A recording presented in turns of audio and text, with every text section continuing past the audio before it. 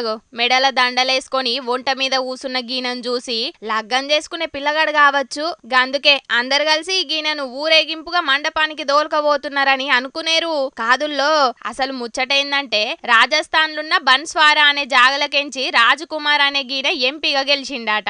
ఇక రాజస్థాన్ వాళ్ళంటే యాదొచ్చేది వంటలే కదా, గందుకే వంట మీద సవారీ చేసుకుంటా పార్లమెంటుకు పోవాలని అనుకున్నాడట. ఇక ఈయన ఇంటికాన్నుంచే వంట మీద ఎక్కి సవారీ చేసుకుంటా బయలుదేరిండట. గిట్లా ఇక ఇది చూసి తొవ్వ వంటి పోయేటోళ్ళందరూ మస్తు పరిశాన్ అయినరట. రోడ్ల మీద ట్రాఫిక్ సుతం బగ్గనే జామ్ అయిందట.